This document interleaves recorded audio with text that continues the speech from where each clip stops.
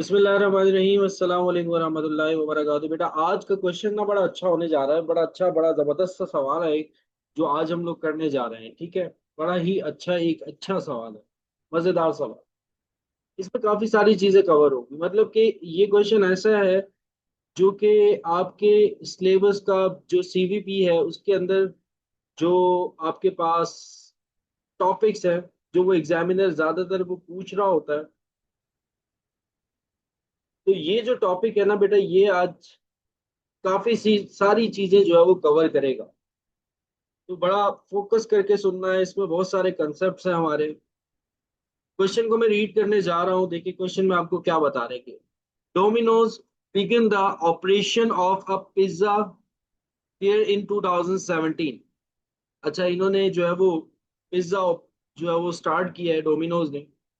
A building was rented for this purpose at ₹3 lakh per month. उन्होंने building ली है rent पे, 3 लाख रुपए महाना वो पे करेंगे। Two full-time waiters were hired and 6 college students were hired to work 30 hours per week delivering pizza. 2 full time waiter उन्होंने higher किए हैं, और इसके अलावा 6 जो है वो उन्होंने कॉलेज स्टूडेंट्स हायर किए, जो कि पिज्जा डिलीवर करेंगे। अब पब्लिक अकाउंटिंग सर्विस।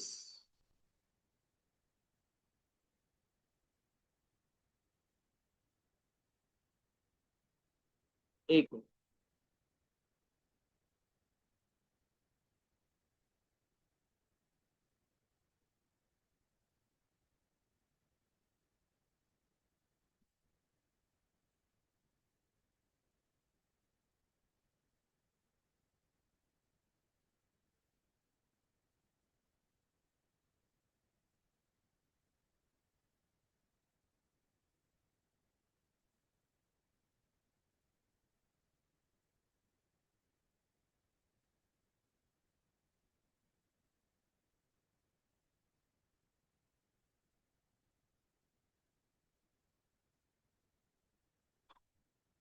अच्छा देखो बेटा, फोकस, अगर आपको पिक्चर क्लियर नजर भी नहीं आ रही ना तो कोई इश्यू नहीं है।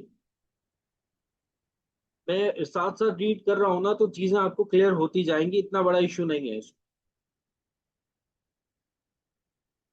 अच्छा, तो रेंट इन्होंने बताया कि 3 लाख रुपए महाना दिए दे रहे हैं रेंट। फिर उसके अलावा इन्होंने कुछ लोगों को हायर किया है, कुछ कॉलेज स्टूडेंट्स को और कुछ परमानेंट फुल टाइम स्टाफ को हायर किया है। फिर उसके बाद कह रहे हैं a public accounting service was employed at 40,000 per month. ठीक है, और 40,000 पर मंथ एक ये कॉस्ट हो गई। The necessary pizza parlour equipment and delivery truck were purchase with cash. ठीक है। अच्छा, फिर उसके बाद बता रहे हैं कि इन्होंने कुछ कैश पर जो है वो पिज्जा पार्लर इक्विपमेंट भी परचेज किए हैं, डिलीवरी ट्रक भी इन्होंने परचेज किया है। और वो बता रहे हैं कि बाकी जो एक्सपेंसेस हैं नॉर्मली, जो यूटिलिटीज के और जो सप्लायर्स के हैं, वो कांस्टेंट एक्सपेंस है। ये वैसे इतना क्लियर क्यों नहीं हो रहा, मैं देख लूँ एक दफा इसको। बाकी विजिबल नहीं है। एक मिनट रुको बेटा, मैं इसका ना विजिबल देखता हूँ, विजिबिलिटी क्यों नहीं आ रही है इसमें।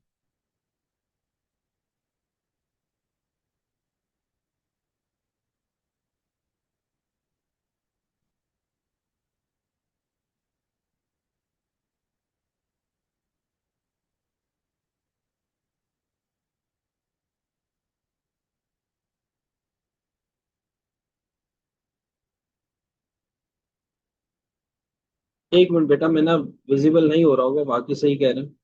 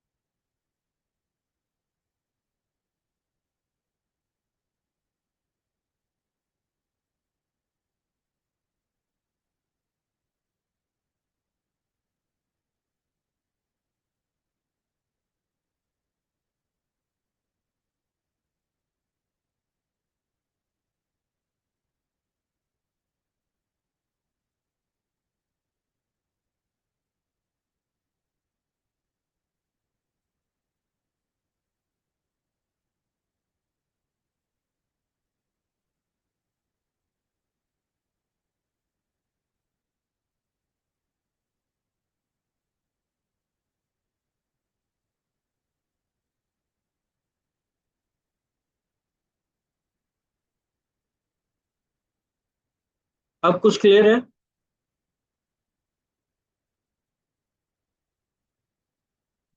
अब कुछ क्लियर है? ठीक है जी, ठीक है जी।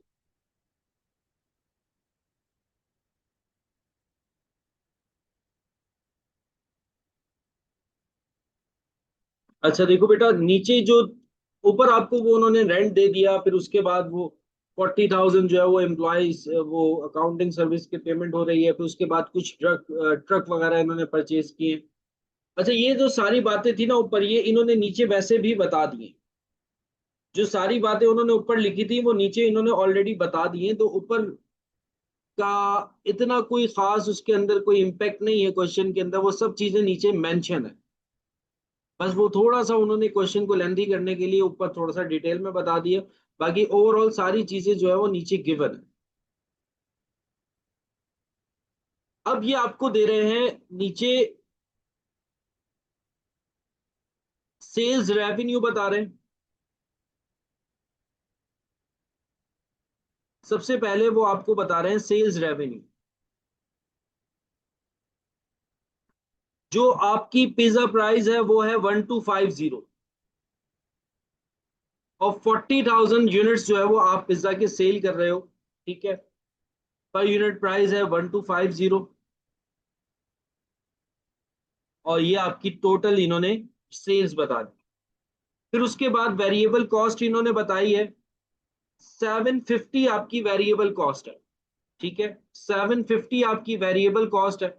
कोई 40,000 से आप मल्टीप्लाई करोगे, ये आपकी वेरिएबल कॉस्ट बता दी। फिर उसके बाद ना इन्होंने माइनस किया है, माइनस किया है कंट्रीब्यूशन मार्जिन भी इन्होंने निकाल के दिया है 20,000 से, और 500 यहाँ पर इन्होंने कंट्रीब्यूशन मार्जिन भी निकाल के दिया है। हम लोगों ने कल पढ़ा था सीएम को कि सर सेल्स में से अगर वेरिएबल कॉस्ट माइनस करते हैं, सेल्स में से अगर हम अपनी वेरिएबल कॉस्ट माइनस करते हैं तो हमारे पास सीएम आ जाता है। तो वो वही चीज उन्होंने पर यूनिट में भी आपको निकाल के दी है, और साथ साथ अमाउंट में भी उन्होंने आपको निकाल कर दी है। फिर उसके बाद वो आपको आगे कह रहे हैं कि wages and fringe benefit pizza parlour, ये आपको फिक्स कॉस्ट बता रहे हैं, ये सारी की सारी ना आपको फिक्स कॉस्ट बता रहे हैं। 1560 940 36000 480 1250 1530 2100 540 सॉरी। ये आपको टोटल जो है ना, इन्होंने आपको फिक्स कॉस्ट बताई, और फिक्स कॉस्ट का भी इन्होंने टोटल दे दिया आपको 12500। 12500 इन्होंने आपको फिक्स कॉस्ट का भी टोटल दे दिया है। रुपीज इन थाउजेंड में बात हो रही है, ऊपर मेंशन हुआ हुआ है। और फिर उसके बाद वो कह रहे हैं कि ये आपकी फिक्स कॉस्ट थी, आपने माइनस किया, तो आपके पास ये प्रॉफिट आ गया 7,500, 7,500 का आपके पास क्या आ गया, प्रॉफिट आ गया। फिर उसके बाद इन्होंने 20% इसके ऊपर टैक्स चार्ज किया है 1,500 का। 20% इन्होंने टैक्स चार्ज किया है 1,500 का, और वो माइनस करने के बाद प्रॉफिट आफ्टर टैक्स आया आपके पास 6,000। प्रॉफिट आफ्टर टैक्स आया है आपके पास 6,000। फिर डिविडेंड इन्होंने कुछ पे किया है 3,600 से,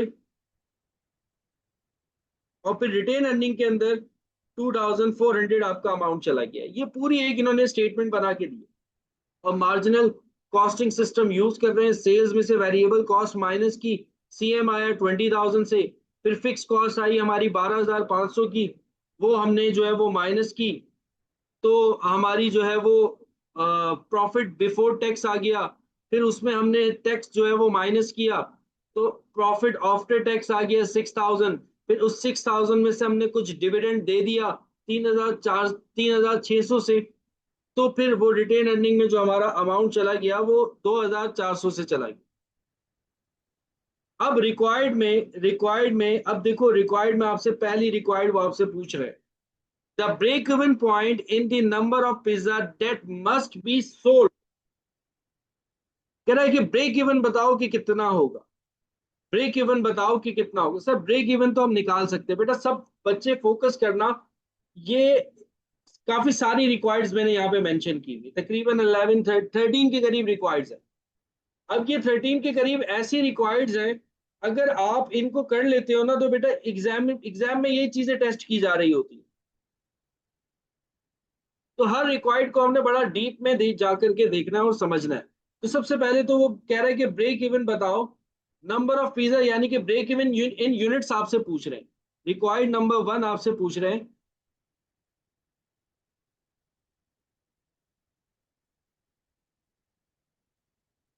रिक्वायर्ड नंबर वन, वो आपसे पूछ रहे हैं कि ब्रेक इवन यूनिट्स बताओ।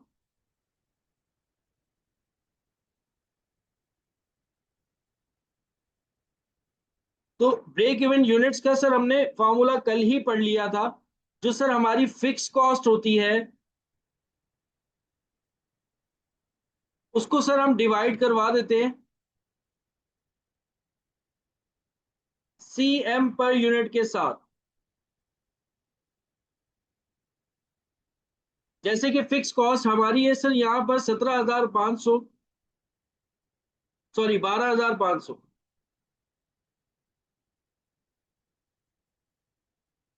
3 जीरो और लगा दो, divided by C M per unit. हमारे पास सर कितना था, वो 500 था। वो एग्जामिनर ने हमें निकाल कर दिया हुआ 500 है। जरा मुझे बताओ कि ब्रेक इवन इन यूनिट्स कितना आएगा।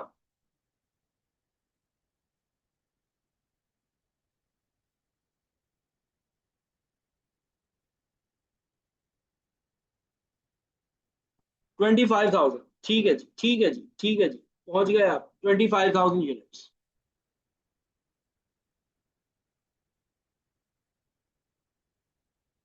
मतलब सर 25,000 यूनिट्स अगर हम बेच देते तो हम यहां पर आकर ब्रेक इवन पॉइंट पे होंगे।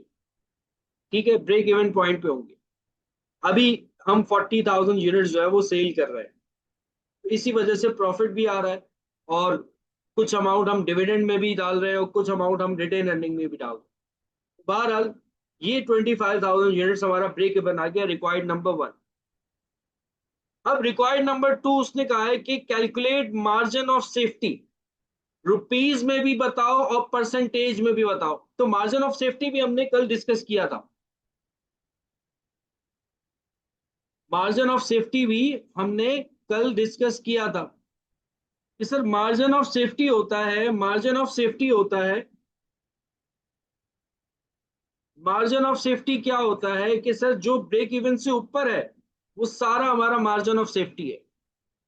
तो ब्रेक इवन से ऊपर आपका कितना है, मार्जिन ऑफ सेफ्टी निकाल रहे हैं अब।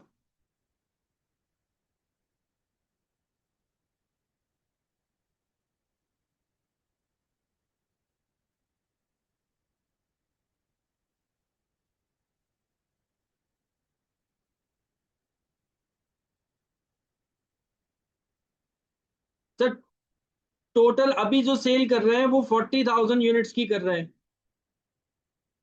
और ब्रेक इवन हमारा 25,000 है।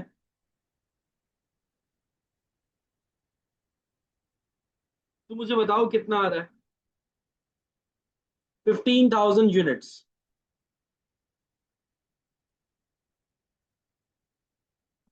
15,000 units, sir margin of safety हमारा है 15,000 यूनिट्स। 25,000 से ऊपर जितना भी है वो मार्जिन ऑफ सेफ्टी है। अच्छा, मार्जिन ऑफ सेफ्टी परसेंटेज में भी वो आपसे पूछ रहा है।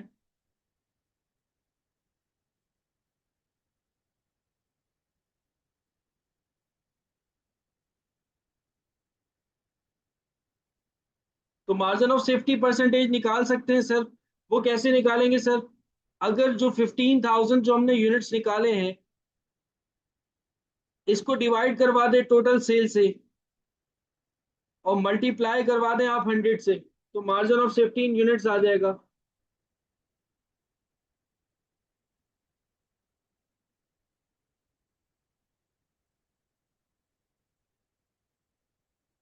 जरा मुझे बताना कितना आ रहा है। 37.5%।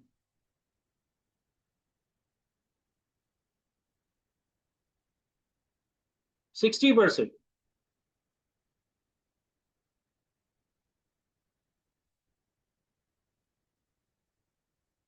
60% आ रहा है, 37.5% आ रहा है, 37.5% आ रहा है।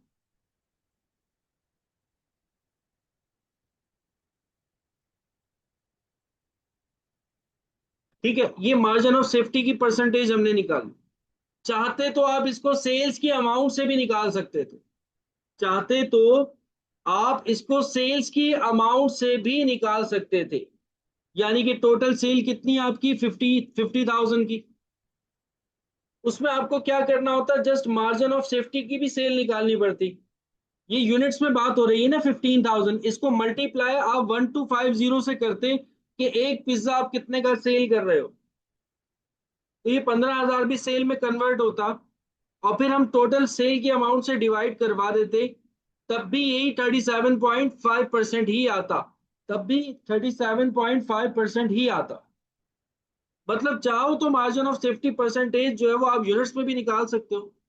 यानी कि यूनिट जितने एक्सेस आपने बेचे उसको टोटल सेल से डिवाइड करवा दो, या फिर आप जो एक्सेस आपकी सेल है उसको टोटल सेल से डिवाइड करवा दो, बात एक ही है। क्योंकि सेल प्राइस आपकी कांस्टेंट रहती है, सेल प्राइस आपकी चेंज नहीं होती। तो आप चाहो तो उसको यूनिट्स के साथ खेल कर निकाल लो, या फिर अमाउंट के साथ खेल कर निकाल लो, दोनों में आपकी मर्जी है। बस अगर मैं सेल्स की अमाउंट से निकालता तो वहां पर मुझे कैलकुलेशन थोड़ी सी ज्यादा करनी पड़ जाती। क्लियर है?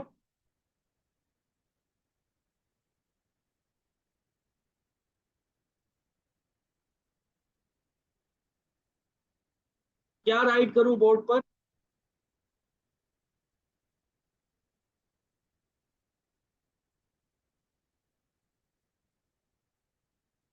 काशिफ क्या राइट करूं बोर्ड?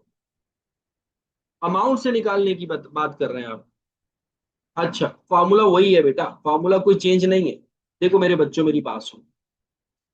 अभी देखो, आपकी जो मार्जिन ऑफ सेफ्टी है वो कितनी है, 15,000 यूनिट्स। तो 15,000 मल्टीप्लाई बाय 1250, एक पिज्जा में 1250 का सेल कर रहा हूं। ठीक है, पहले भाई कितने एक्सेस यूनिट बेच रहा हूं और कितने के बेच रहा हूं। ठीक है, तो 1250 मैंने कर दिया, और डिवाइडेड बाय टोटल सेल कितनी है, 40,000 जो यूनिट से, 40,000 जो यूनिट से 1250 से करता हूं तो उसने ऊपर आपको दिए हुए हैं 50, 000 एंड 000, और मल्टीप्लाई बाय 100, तब भी 37.5 आएगा। मतलब चाहूं तो यूनिट से भी निकाल सकता हूं, और चाहूं तो यूनिट्स के अमाउंट से भी निकाल सकता हूं, सेम रिजल्ट आता है।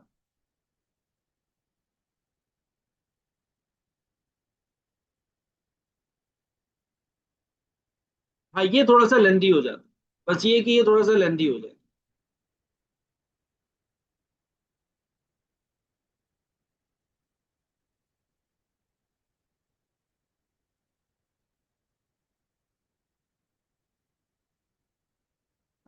अच्छा जी, अब आ जाओ थर्ड रिक्वायर्ड पे।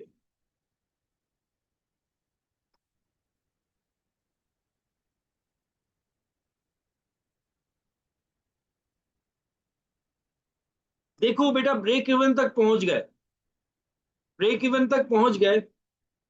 जहां आप ब्रेक इवन तक पहुंचते हो, उसके बाद आपकी ख्वाहिशात पूरी होना शुरू होती हैं, है ना।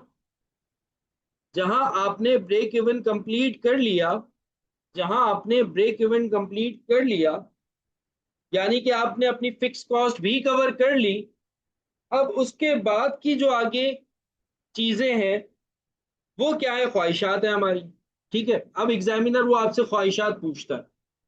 मतलब कि ख्वाहिशात क्या है, वो आपको कहता है कि अगर मुझे इतना प्रॉफिट चाहिए तो बताओ फिर कितने यूनिट्स बेचने पड़ेंगे।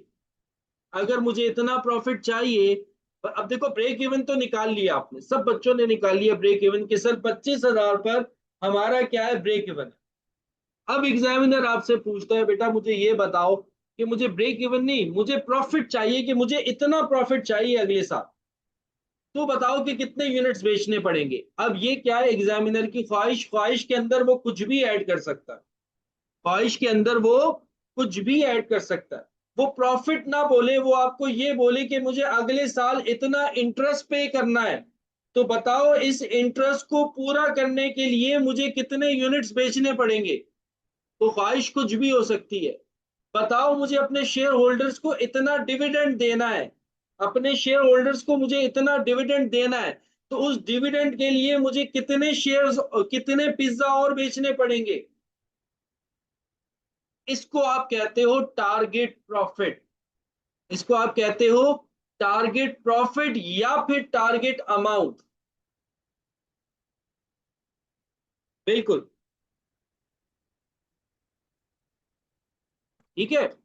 वो आपको कहें कि भाई पुप्पो आ गई है आपकी घर पे, ठीक है, और आपने पुप्पो के घर पे एसी लगवाना है, ठीक है, अब बताओ कितने यूनिट्स बेचने पड़ेंगे। वो आपको कहें कि भाई खाला के घर जो है वो एसी लगवाना है, ठीक है, तो कितने यूनिट्स बेचने पड़ेंगे। और माशाल्लाह से आपके रिश्ता भी चल रहा है खाला के घर पे, तो फिर तो भागे भागे जाओगे एसी लगवाने के लिए, है ना। तो ख्वाहिशात तो कुछ भी हो सकती हैं।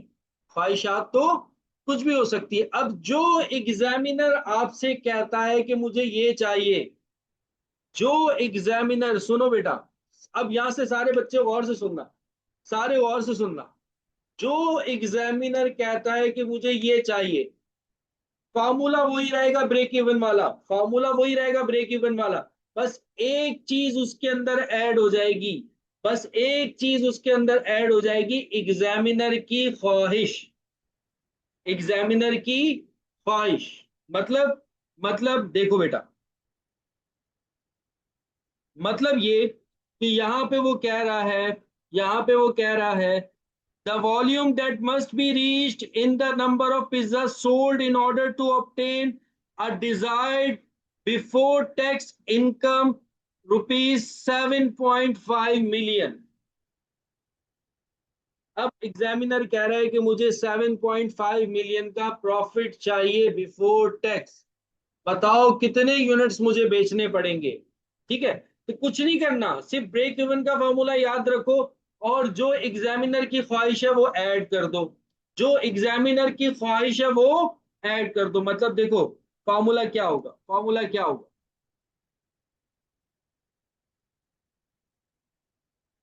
इसको हम कहते हैं target profit. Target profit.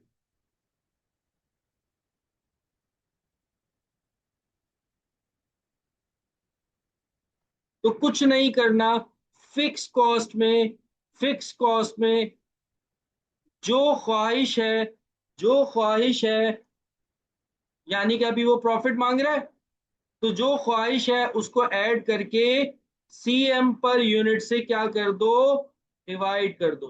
CM per unit से क्या कर दो, डिवाइड कर दो। अब जैसे हमारी फिक्स कॉस्ट थी, हमारी जो फिक्स कॉस्ट थी वो सर थी 125000000,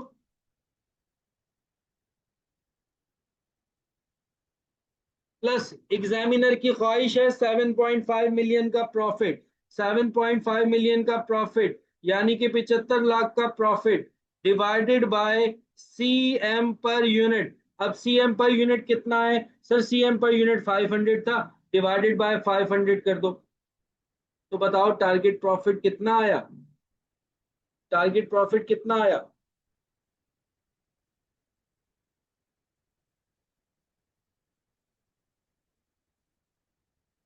40,000 यूनिट्स।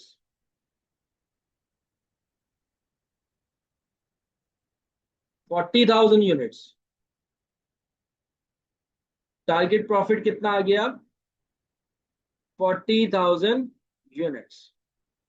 बात समझ में आई, बात समझ में आई कि भाई वो कोई भी आपसे ख्वाहिश मांगे, उस ख्वाहिश को आपने फिक्स कॉस्ट में ऐड करके सीएम से क्या कर देना, डिवाइड कर देना। अब जैसे देखो बेटा, इसको प्रूव करते हैं, इसको प्रूव करते हैं कि देखो अभी आपका जो प्रॉफिट, प्रॉफिट था, अभी आपका जो प्रॉफिट बिफोर टैक्स था वो कितना था, 7.5 मिलियन।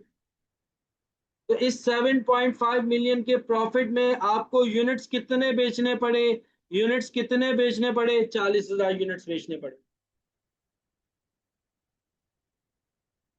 तो वही चीज हमने निकाली यहाँ पर कि अगर 7.5 मिलियन का प्रॉफिट चाहिए तो आपको 40,000 यूनिट जो है वो बेचने पड़ेंगे। अब वो कोई भी ख्वाहिश हो एग्जामिनर की, आपने इसके अंदर ऐड कर देनी। ठीक है, सबको बात क्लियर हुई यहां तक?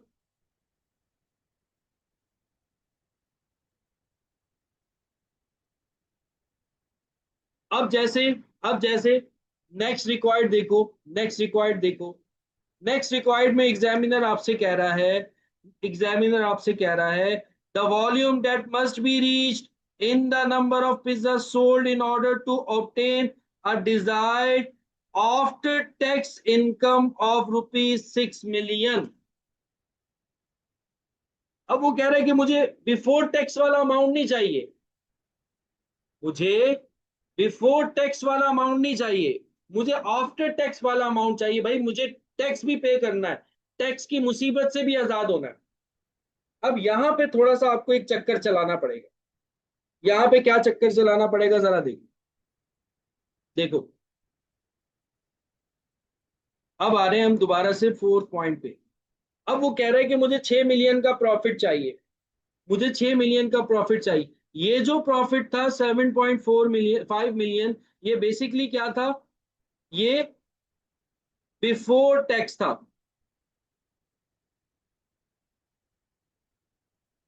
अब वो कह रहा है कि अब जो मुझे प्रॉफिट चाहिए ना वो आफ्टर टैक्स वाला चाहिए, 6 मिलियन। बिफोर टैक्स नहीं चाहिए, आफ्टर टैक्स चाहिए। तो बेटा मेरी बात सुनो, आफ्टर टैक्स की जितनी चीजें होंगी, आफ्टर टैक्स की जितनी चीजें होंगी वो पहले बिफोर टैक्स में कन्वर्ट होंगी, फिर जाकर फिक्स कॉस्ट में ऐड होगी। देखो यहाँ फिक्स कॉस्ट में मैं क्या ऐड कर रहा हूँ? बिफोर टैक्स ऐड कर रहा हूँ, आफ्टर टैक्स ऐड नहीं कर रहा।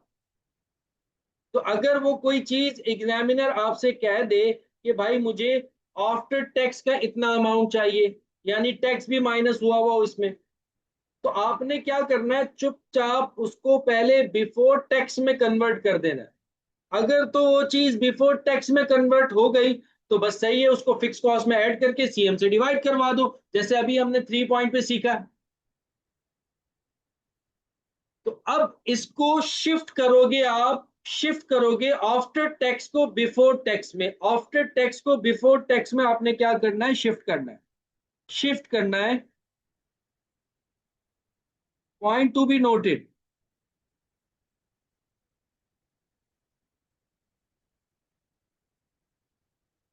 First, shift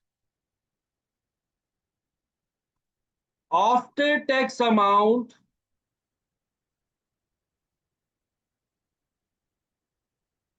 to before tax amount.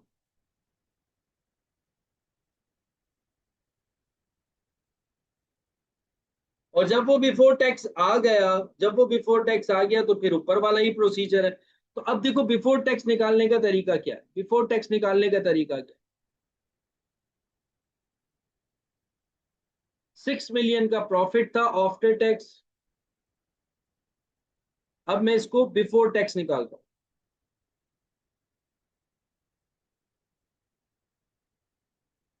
तो ये जो 6 मिलियन है, ये जो 6 मिलियन है डिवाइडेड बाय 0.8 हो जाएगा। 6 मिलियन जो है डिवाइडेड बाय 0.8, क्योंकि आपका जो टैक्स रेट था ना बेटा, आपका जो टैक्स रेट था, आपका जो टैक्स रेट था वो था 20% मेरे ख्याल में। हाँ 20%।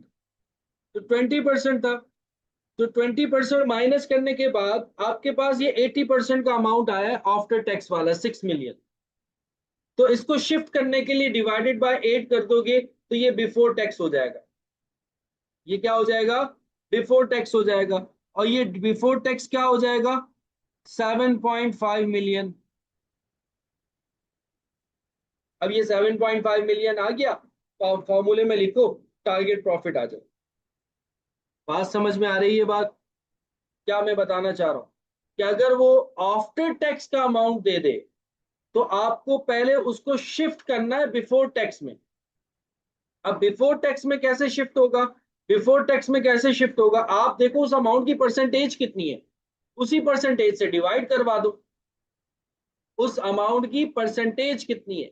उस अमाउंट के साथ परसेंटेज है 80%, क्योंकि 20% तो टैक्स था वो हटाकर 80% बचा हुआ है। तो उस 80% से क्या कर दो, डिवाइड कर दो।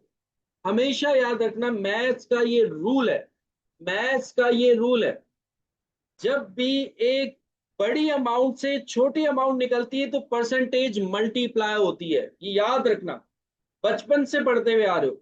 जब भी एक बड़ी अमाउंट से एक छोटी अमाउंट निकालने जाते हो ना, तो परसेंटेज को मल्टीप्लाई करते हो। और जब एक छोटी अमाउंट से वापस से बड़ी अमाउंट निकालने जाते हो तो परसेंटेज को डिवाइड करते हो। मतलब क्या हुआ सर, देखो मेरी बात सुनो। अब ये अगर बिफोर टैक्स अमाउंट है हमारे पास 75 लाख, अब मुझे इससे आफ्टर टैक्स निकालना है। तो आफ्टर टैक्स कितना होगा मेरा, 80% होगा। तो मल्टीप्लाई किया मैंने 80% से, आफ्टर टैक्स आ गया मेरा 6 मिलियन, यानी कि 60 लाख। तो एक बड़ी अमाउंट से मैं छोटी अमाउंट की तरफ जा रहा हूं तो परसेंटेज को मल्टीप्लाई करवा रहा हूं। लेकिन सर अगर मुझे यहां से वापस आना है, पहले मैंने 80% निकाला, अब इस 80% से, इस 80% से मैं वापस क्या जा रहा हूं, 100% की तरफ जा रहा हूं, तो फिर परसेंटेज को मैं क्या कर दूंगा, डिवाइड कर दूंगा। तो डिवाइड किया तो 75 लाख आ गया हमारे पास बिफोर टैक्स का अमाउंट।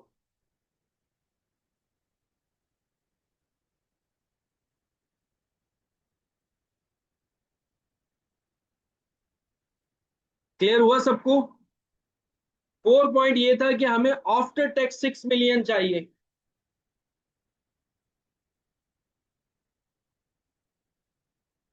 तो जब आफ्टर टैक्स से बिफोर टैक्स पे जाओगे तो उसी परसेंटेज को बेटा डिवाइड करके बिफोर टैक्स पे पहुंच जाना। जब बिफोर टैक्स पे पहुंच गए, आगे का रास्ता तुम्हें आता है। आगे का रास्ता क्या है कि फिक्स कॉस्ट में ऐड करो, फिक्स कॉस्ट में ऐड करो, सीएम से डिवाइड कर दो। पास क्लियर हुआ आपको।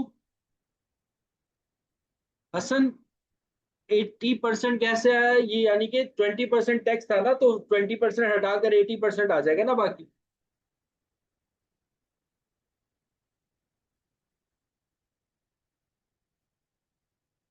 ठीक है जी।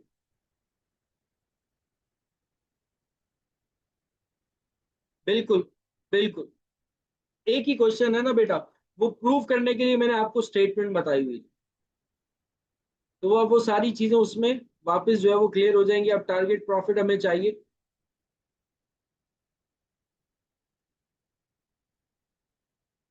फिक्स कॉस्ट हमारी थी, वही स्टेप रिवाइज होगा, प्लस उसमें अमाउंट ऐड हो जाएगा, तो डिवाइडेड बाय सीएम 500, तो कितना आ जाएगा, 40,000 यूनिट्स। बस ये जो पॉइंट टू बी नोटेड है ना बेटा, इसको याद रखना, इसको याद रखना। पॉइंट टू बी नोटेड को याद रखना। ये इंपॉर्टेंट पॉइंट है कि सर एग्जामिनर की ख्वाहिश है क्या, बेसिकली अगर एग्जामिनर की ख्वाहिश आफ्टर टैक्स की है तो उसको बिफोर टैक्स में कन्वर्ट करके निकालोगे। अगर बिफोर टैक्स की है तो सीधा सीधा आप क्या करो, सीधा सीधा आप क्या करो, सीधा सीधा फिक्स कॉस्ट में ऐड करके सीएम से डिवाइड करवा दो। लेकिन अगर एग्जामिनर की जो ख्वाहिश है वो आफ्टर टैक्स की है, तो पहले आपको उसको बिफोर टैक्स में शिफ्ट करना है। पहले आपको उसको बिफोर टैक्स में शिफ्ट करना है, फिर आपने उसको फिक्स कॉस्ट में ऐड करके सीएम से डिवाइड करना। ठीक है, तो ये हो गया point to be noted, point to be noted.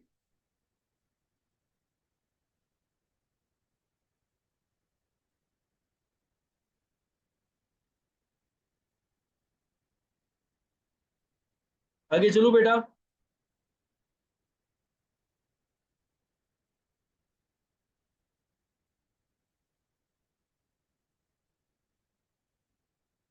हाँ बिल्कुल, बिल्कुल, बिल्कुल। हमेशा बिफोर टैक्स यूज करना, आफ्टर टैक्स यूज नहीं करना।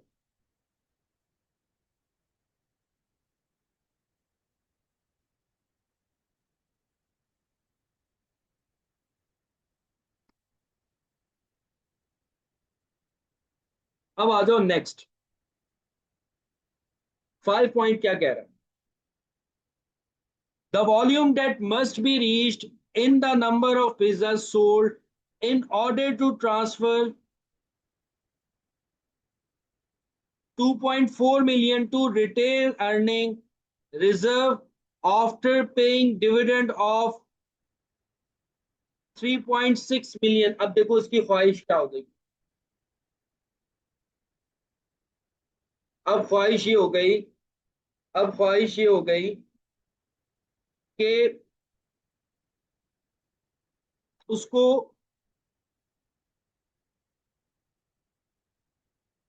रिटेन अर्निंग में 2.4 मिलियन ट्रांसफर करना है और डिविडेंड देना है 3.6 मिलियन का। अब ये उसकी ख्वाहिश है। अब मुझे एक बात बताओ, ये जो डिविडेंड होता है या जो रिटेन अर्निंग में अमाउंट ट्रांसफर होता है, ये कब होता है? टैक्स डिडक्शन के बाद होता है या टैक्स डिडक्शन से पहले होता है?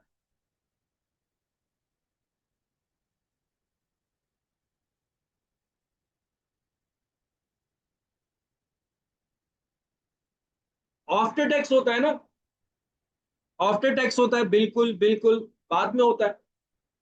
मतलब ये आपसे जो अब पूछ रहा है दोबारा ख्वाहिश उसने क्या की है आपसे? आफ्टर टैक्स वाली, कि मुझे अमाउंट जो है वो 2.4 मिलियन का रिटेन अर्निंग में ट्रांसफर करना है और 3.6 मिलियन मुझे डिविडेंड पे करना है। तो सर ये जो आपकी ख्वाहिश है ये आफ्टर टैक्स वाली ख्वाहिश है। तो पहले हमने इसको कन्वर्ट करना होगा बिफोर टैक्स में। और बिफोर टैक्स सर अभी आपने बताया, बिल्कुल अभी अभी आपने बताया। अब मैं क्या करूंगा, पॉइंट नंबर 5 बिल्कुल सेम वही चीज है, बिल्कुल सेम वही चीज है। लेकिन देखो नजरिया थोड़ा सा हमारा चेंज हो गया था। पहले वो आपको कह रहा था कि मुझे 6 मिलियन चाहिए, अब वो कह रहा है कि मुझे 6 मिलियन चाहिए, लेकिन मुझे क्या चाहिए? मुझे 6 मिलियन जो है वो डिविडेंड और रिटेन अर्निंग की मद में चाहिए। 2.4 मिलियन यानी कि 24 लाख प्लस 3.6 मिलियन यानी कि 36 लाख, ये चाहिए। तो टोटल 6 मिलियन ही बनता है भाई। और इसको आप डिवाइड करवा दो। सही, ये आफ्टर टैक्स वाला अमाउंट है, तो मैं इसको शिफ्ट करने के लिए 0.8 से डिवाइड करूंगा ताकि ये बिफोर टैक्स में शिफ्ट हो जाए। यानी कि कितना हो जाएगा बेटा? 75 लाख का हो जाएगा। अब आगे का रास्ता सर हमें पता है, target profit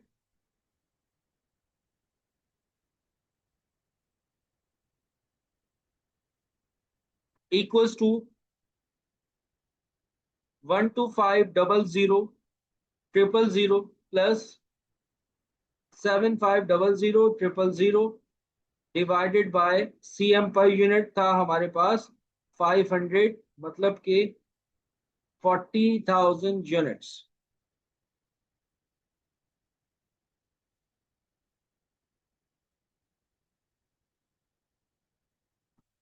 clear?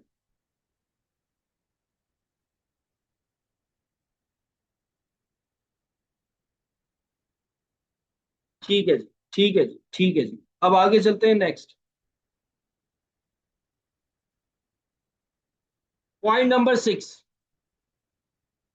The volume that must be reached in the number of pizzas sold in order to cover additional expense on financial charges, interest 3 lakh। अब वो कह रहा है कि मुझे एडिशनल एक्सपेंस जो है फाइनेंशियल चार्जेस का कवर करना है 3 लाख से। फाइनेंशियल चार्जेस बोले तो इंटरेस्ट एक्सपेंस है ना। और मुझे बताओ ये जो इंटरेस्ट एक्सपेंस होता है ये टैक्स डिडक्ट करने के बाद होता है या टैक्स डिडक्ट करने से पहले होता है?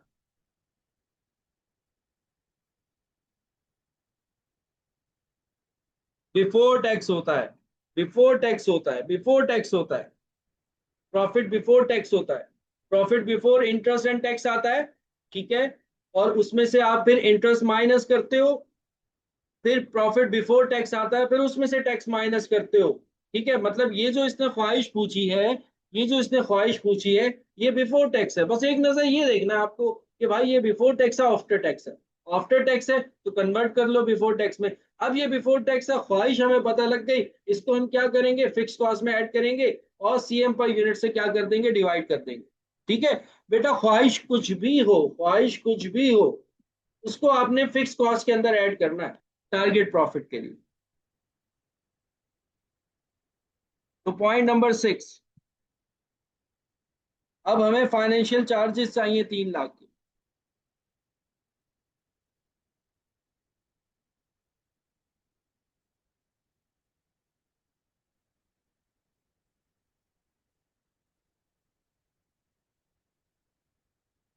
तो सर फिक्स कॉस्ट हमारी ये है, प्लस फाइनेंशियल चार्जेस कर दीजिए, और इसको सीएम पर यूनिट के साथ डिवाइड कर दें। कितना आ रहा है?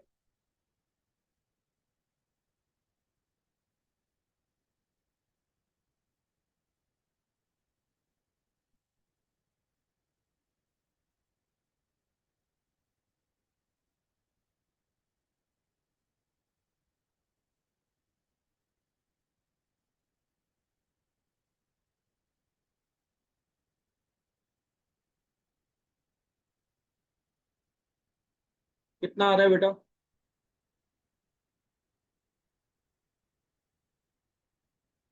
25,600, ठीक है जी।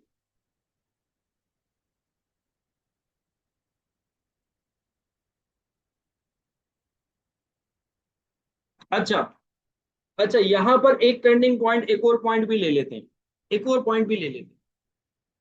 सर लेट सपोज अगर ऐसा होता कि हमें फिक्स कॉस्ट गिवन ना हो, हमें वो ब्रेक इवन यूनिट्स दे देता बस, हमें वो ब्रेक इवन यूनिट्स दे देता कि आपके ब्रेक इवन यूनिट्स 25,000 है, ठीक है, और आपको अपनी फाइनेंशियल कॉस्ट जो है वो 3 लाख की कवर करनी है, सीएम आपका 500, सीएम आपको दे देता, ब्रेक इवन यूनिट्स देता।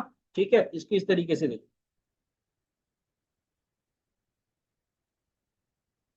वो आपको देता इफ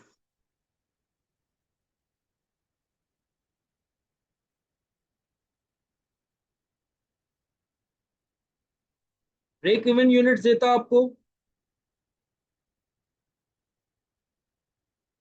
25,000, कॉस्ट वो आपको कवर करनी है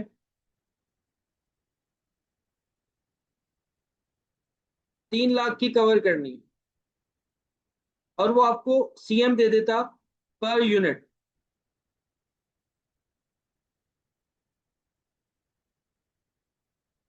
कितना, 500। कहता है कि बताओ नंबर ऑफ यूनिट्स आपको कितने बेचने पड़ेंगे। तो उसके लिए क्या करते हैं सर, अब फिक्स कॉस्ट तो है नहीं, टारगेट प्रॉफिट कैसे निकाले, किस में ऐड करें 3 लाख को? तो परेशान होने की बात नहीं है, परेशान होने की बात नहीं, ब्रेक इवन यूनिट्स गिवन है ना आपको, 25,000 की यूनिट्स गिवन है, बस सही, मतलब ब्रेक इवन तक का आपका कवर है सारा का सारा। आपको ब्रेक इवन से आगे 3 लाख जो यूनिट आपको कमाना है उसकी कॉस्ट उसके यूनिट्स निकालने हैं आपको। ब्रेक इवन 25,000 उसने आपको दे दिए, तो आप क्या करोगे, जो चीज आपको कवर करनी है, जो चीज आपको कवर करनी है उसको सीएम से डिवाइड करवा दो। तो बेटा आपके पास आ जाएगा 600,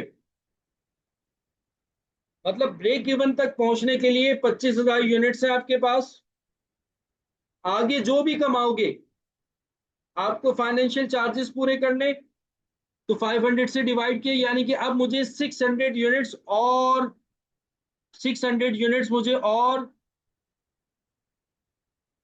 बेचने पड़ेंगे। मतलब टोटल यूनिट्स मुझे कितने बेचने पड़ेंगे अगर मुझे फाइनेंशियल चार्जेस अपने कवर करने हैं? तो 25,600, 25,000 मेरा ब्रेक इवन कवर करेंगे, 600 मेरी फाइनेंशियल कॉस्ट कवर करेंगे।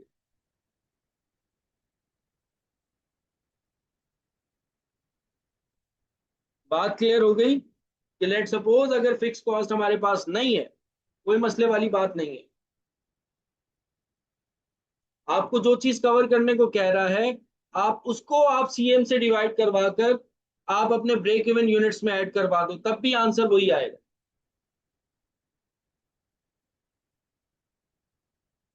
ठीक है जी।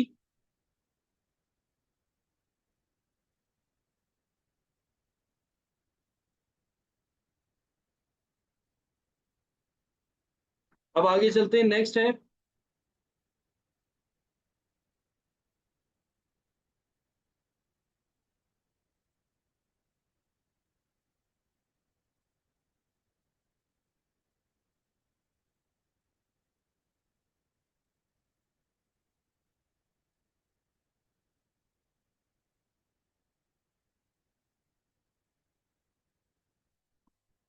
6 पॉइंट के बाद आ रहा है 7 पॉइंट, देखते हैं अब क्या ख्वाहिश है उसकी। The volume that must be reached in the number of pizzas sold in order to cover additional expense on royalty sales commission of rupees 40 per unit।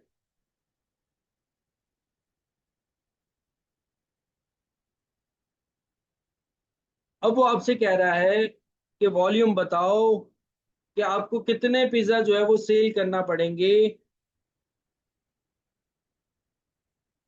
कि आपका एडिशनल एक एक्सपेंस है रॉयल्टी पे, सेल्स कमीशन आपको 440 per unit पे करना है।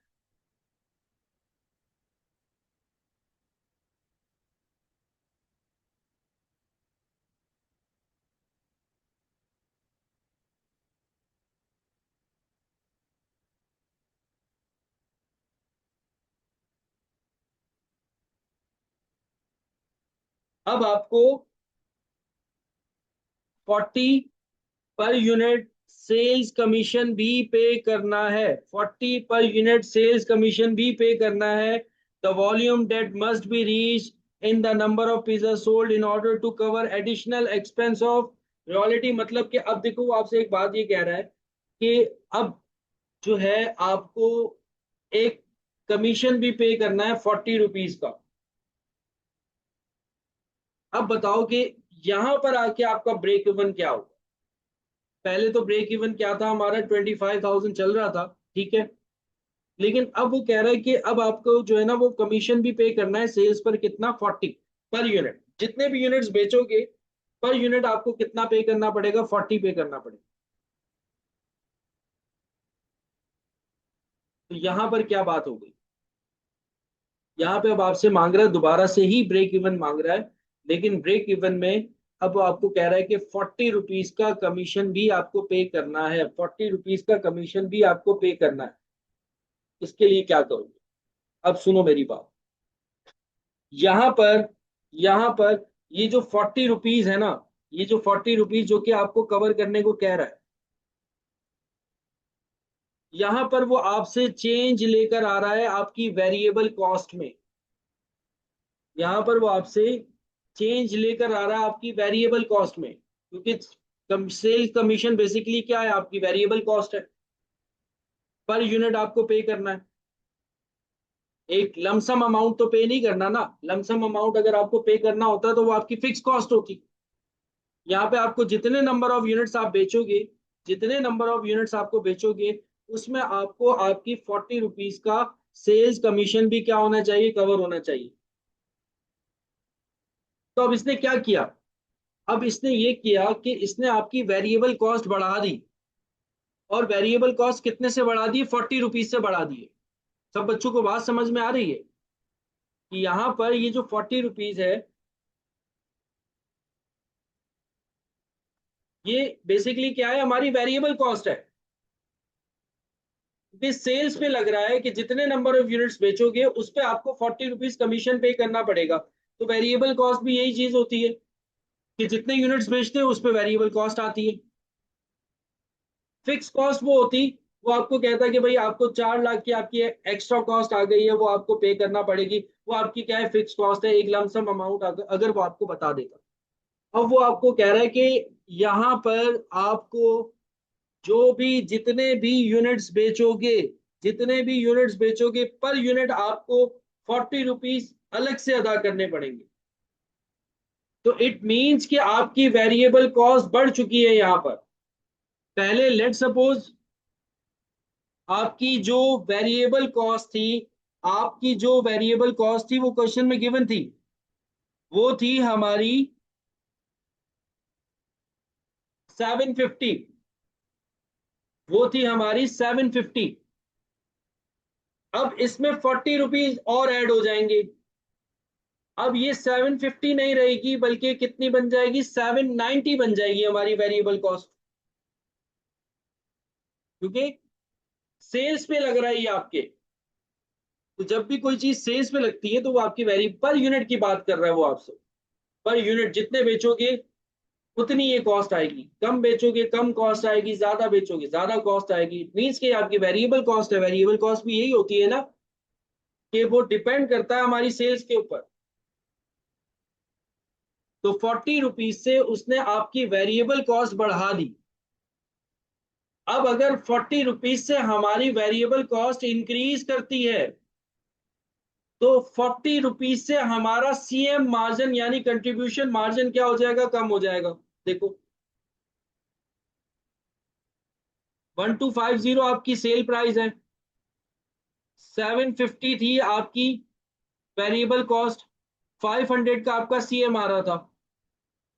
अब वो कह रहा है कि 1250 तो आपकी सेल्स है, लेकिन अब आपकी वेरिएबल कॉस्ट जो है वो 750 नहीं होगी बल्कि 790 होगी। 40 रुपीज इसमें सेल्स कमीशन भी आ गया। तो अब आपका जो सीएम होगा, अब आपका जो सीएम होगा वो हो जाएगा 460। तो वेरिएबल कॉस्ट बढ़ाने की वजह से सीएम क्या हो जाता है, कम हो जाता है। अब आप क्या करोगे, वही काम करोगे ब्रेक इवन निकालने के लिए जो हम काम पहले कर रहे थे। 7 में दोबारा से अब आप ब्रेक इवन निकाल रहे हो, लेकिन फिक्स कॉस्ट तो आपकी वही है, डिवाइडेड बाय सीएम जो है वो आपका 500 से डिक्रीज होकर 40 हो गया, कम हो गया 40 से, यानी कि 460 हो गया। तो अब आपके कितने यूनिट्स आएंगे ब्रेक इवन में?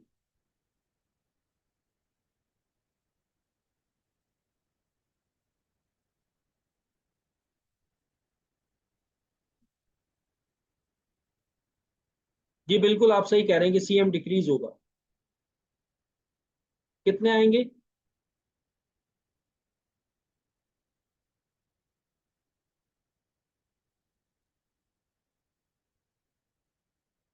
कितना आ रहा है अमाउंट भाई?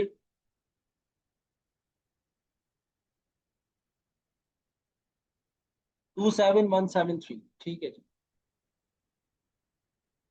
27173 यूनिट्स। तो अब हमारा ब्रेक इवन ये हो जाएगा, अब हमारा ब्रेक इवन ये हो जाएगा। अच्छा, एक और बात पता लगी, अब एक और बात पता लगी।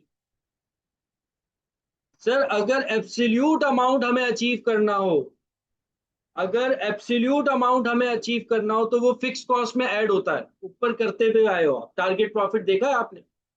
अगर एब्सोल्यूट अमाउंट अगर एब्सोल्यूट अमाउंट आपको अचीव करना हो तो वो टारगेट, वो आपकी फिक्स कॉस्ट में क्या हो जाता है, ऐड हो जाता है।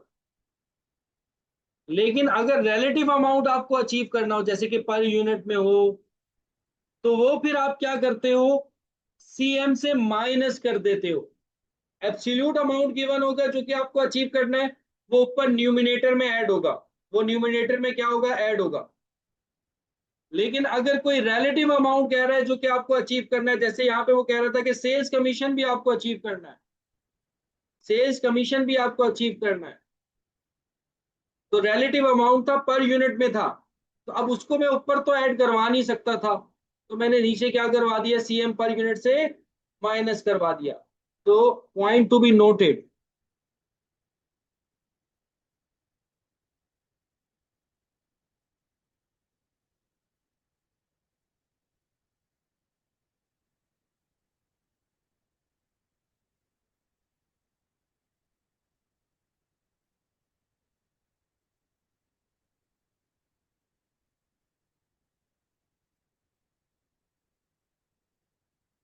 अगर absolute amount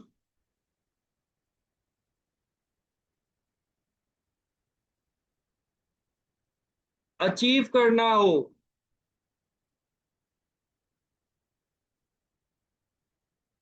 then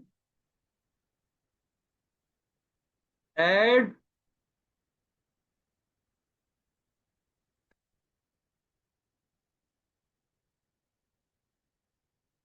in fix cost, जैसे कि हम ऊपर करते हुए आए। और अगर रिलेटिव अमाउंट अचीव करना हो,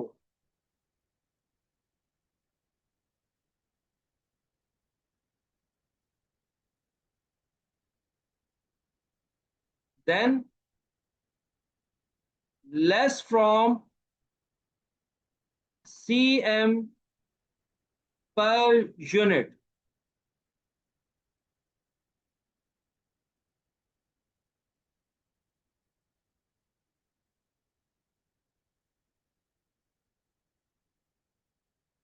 ये बात समझ में आ गई?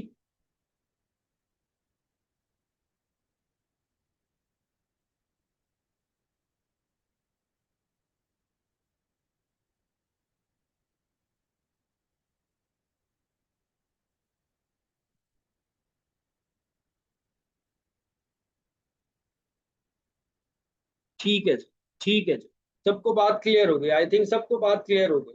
एब्सोल्यूट अमाउंट टारगेट प्रॉफिट की मद में होता है, तो that will be added in fix cost. और अगर रिलेटिव अमाउंट को वो कह दे कि आपको ये अचीव करना है, तो फिर वो आप उसको सीएम में से क्या कर देते हो, माइनस कर देते।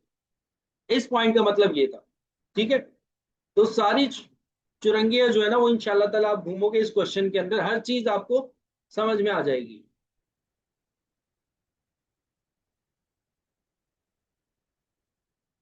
7 के बाद आ जाओ 8 पे। अब वो आपको क्या कह रहे हैं? The volume that must be reached in the number of pizzas sold in order to obtain desired before tax income rupees 1875 187.5 per unit। ठीक है जी। अब देखो, अब देखो वो आपसे खेल रहा है। अब वो आपसे कह रहा है कि अब आपको जो अचीव करना है, वो पहले वो कहता था टारगेट प्रॉफिट आपको अचीव करना है 187, वो 7 लाख 75 लाख का आपको टारगेट प्रॉफिट अचीव करना है, एब्सोल्यूट अमाउंट में दे रहा था। अब वो आपको कह रहा है पर यूनिट आपको अचीव करना है 187.5।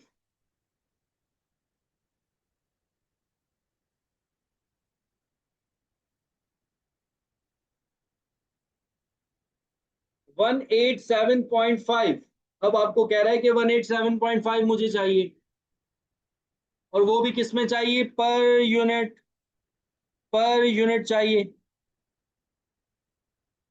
और ये है भी क्या, बिफोर टैक्स।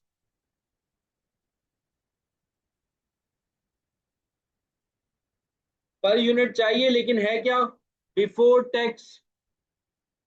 तो पहले तो बात ये हो गई कि सर बिफोर टैक्स की बात की, अब हमारा थोड़ा दिमाग काम करने लग गया है कि आफ्टर टैक्स बिफोर टैक्स में आप कुछ कहते थे कि अगर आफ्टर टैक्स हो तो उसको बिफोर टैक्स में पहले कन्वर्ट कर दो।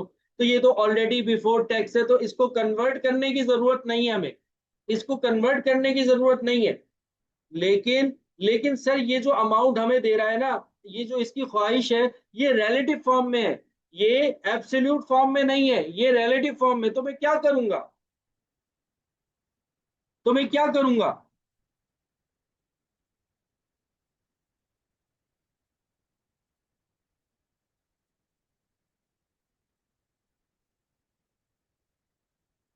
वेरिएबल कॉस्ट में ऐड नहीं, वो तो बहुत लंबी बात हो जाएगी। वेरिएबल कॉस्ट में ऐड करो, सीएम से माइनस, वो नहीं, वो नहीं। एक छोटी सी बात अभी मैंने आप लोगों को बताई है कि अगर रिलेटिव फॉर्म में दे तो क्या करो।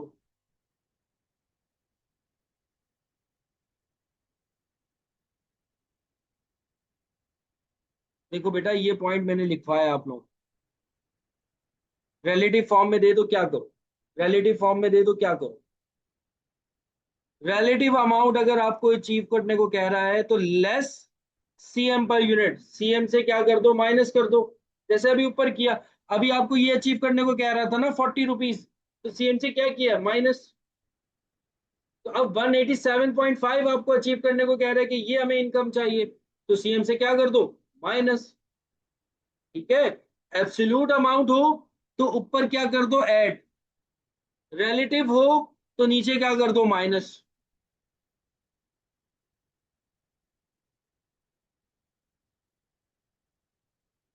सीएम से माइनस, सीएम से माइनस, सीएम से माइनस, सब्ट्रैक्ट फ्रॉम सीएम। ठीक है जी।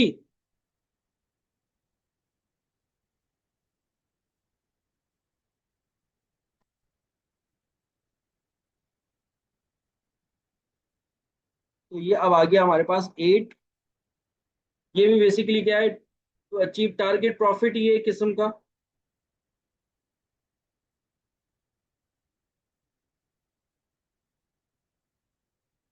टू अचीव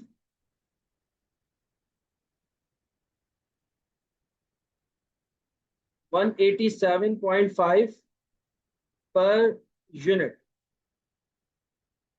तो सर उसके लिए आपने ये जो सेंटेंस लिखवाए हैं ना दो, ये हमारे काम आएंगे। एब्सोल्यूट अमाउंट ऐड होगा फिक्स कॉस्ट में, रिलेटिव अमाउंट सीएम से माइनस होगा। अच्छा जी, फिक्स कॉस्ट हमारी वैसी रहेगी, 125000000 डिवाइडेड बाय 500। आपका सीएम था, माइनस कर दो जो चाहिए, माइनस कर दो, आपके पास आंसर आ जाएगा। अब मुझे बताओ कितना आ रहा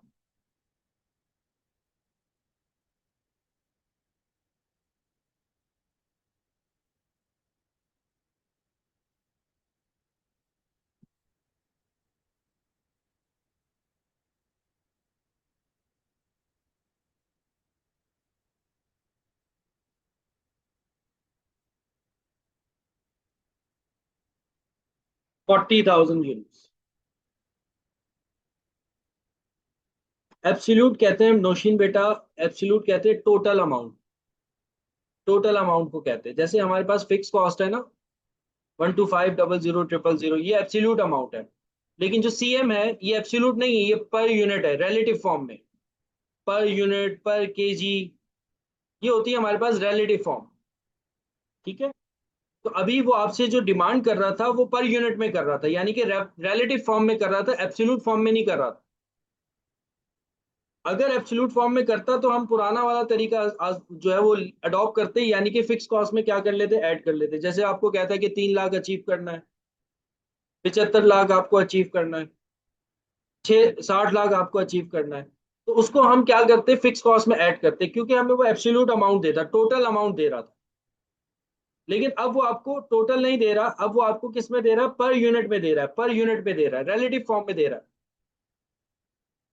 तो रिलेटिव फॉर्म में देगा तो फिर सीएम से माइनस करेंगे। देखो नीचे सीएम जो है वो हमारे पास रिलेटिव फॉर्म में, पर यूनिट फॉर्म में। तो पर यूनिट जो भी डिमांड होगी उसका ट्रीटमेंट भी पर यूनिट के साथ ही होगा, यानी कि सीएम से माइनस करेंगे। ठीक है।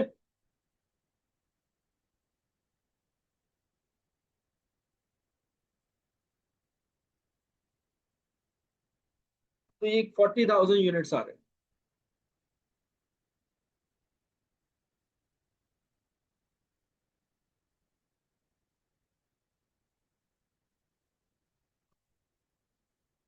यहां तक बेटा किसी का कोई सवाल हो मुझसे पूछ लो, नहीं तो फिर मैं आगे चलता हूँ।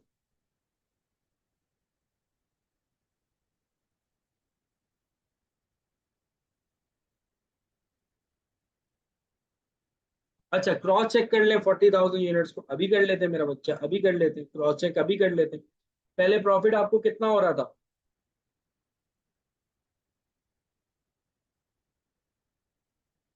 75 लाख का प्रॉफिट हो रहा था, कितने यूनिट्स बेचने पर, 40,000 यूनिट्स बेचने पर। डिवाइड करवा दो इसको, तो 187.5 आएगा। तो अब आपको पर यूनिट कितना प्रॉफिट हो रहा है, 187.5।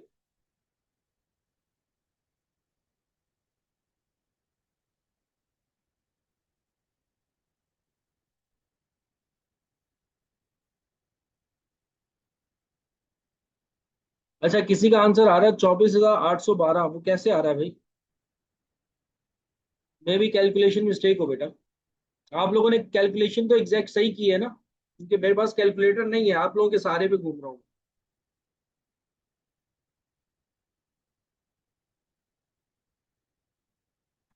हाँ समझ में आ गया। ये 24,812 कैसे आ रहा है? आसमा बेटा आप क्या कर रही है, एक मिस्टेक ये कर रही है। देखो बेटा, जो नीचे माइनस हो रहा है ना, उसको पहले माइनस करके आंसर निकाल लो। फिर आपने जो है वो 125000000 डिवाइडेड बाय दिस करना है। आप क्या कर रही होगी, नीचे माइनस भी कर रही होगी, एक साथ सारी चीजें कर रही होगी, तो फिर आंसर गलत आएगा।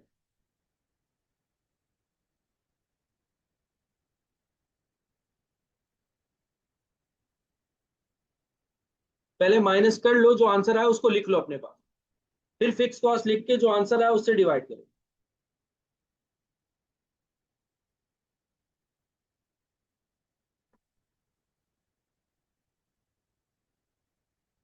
अच्छा जी, ये तो हो गया 8। और हमने एक और बात सीख ली अभी। अभी बात क्या सीखी है हमने sir?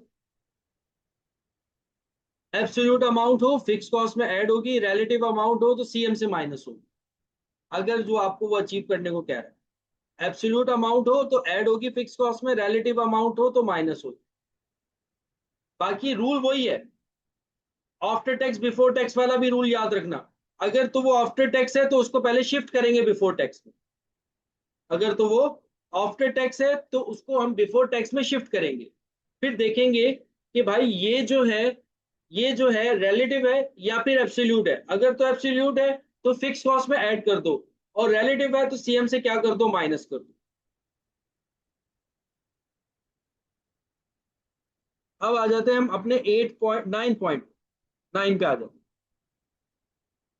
The volume that must be reached in the number of pizzas sold in order to obtain a desired after tax income rupees 150 per unit. Rupees 150 per unit. अब वो आपको कह रहा है कि आपको प्रॉफिट चाहिए 150 का पर यूनिट। लेकिन ये 150 क्या है, ये 150 क्या है, आफ्टर टैक्स है। तो सर सारी बातें हमें याद हैं, सारी बातें याद है, कंसेप्चुअली भी याद हैं, और साथ साथ हमने रट्टा भी लगा लिया था। आपने एक एक बात पॉइंट टू बी नोटेड करके लिखवा दी है। पहले तो ये आफ्टर टैक्स है तो इसको आपने शिफ्ट करना है बिफोर टैक्स में, और है रिलेटिव फॉर्म में तो सीएम से माइनस होगा। ऐसा ही है, ऐसा ही है।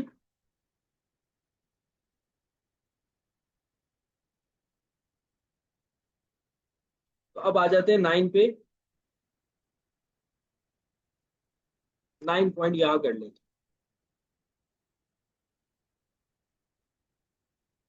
सर पहले तो आप इसको बिफोर टैक्स में शिफ्ट करें।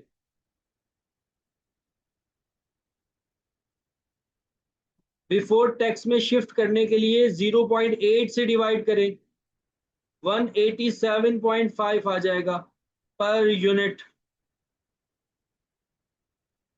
80 से ही डिवाइड करते थे ना, पहले भी हमने एब्सोल्यूट फॉर्म में यही सीखा था, 80 से डिवाइड करना था, 80% से। अब सर टारगेट प्रॉफिट आपको अचीव करना है।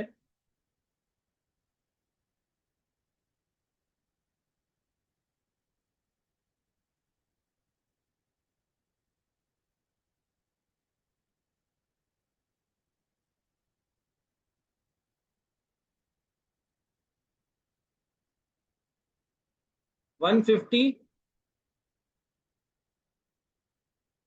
आफ्टर टैक्स, ये सर आपको अचीव करना था। पहले हमने इसको बिफोर टैक्स में शिफ्ट कर दिया। अब सर हम क्या कर ले, फिक्स कॉस्ट ले, उसमें ऐड करें। नहीं नहीं नहीं नहीं, उसमें ऐड नहीं कर सकते सर, ये पर यूनिट में है, रिलेटिव फॉर्म में है। तो सर हम क्या करेंगे, हम जो है सीएम से माइनस कर देंगे, सीएम से माइनस कर देंगे। तो ये वही आ जाएगा 40,000 यूनिट्स।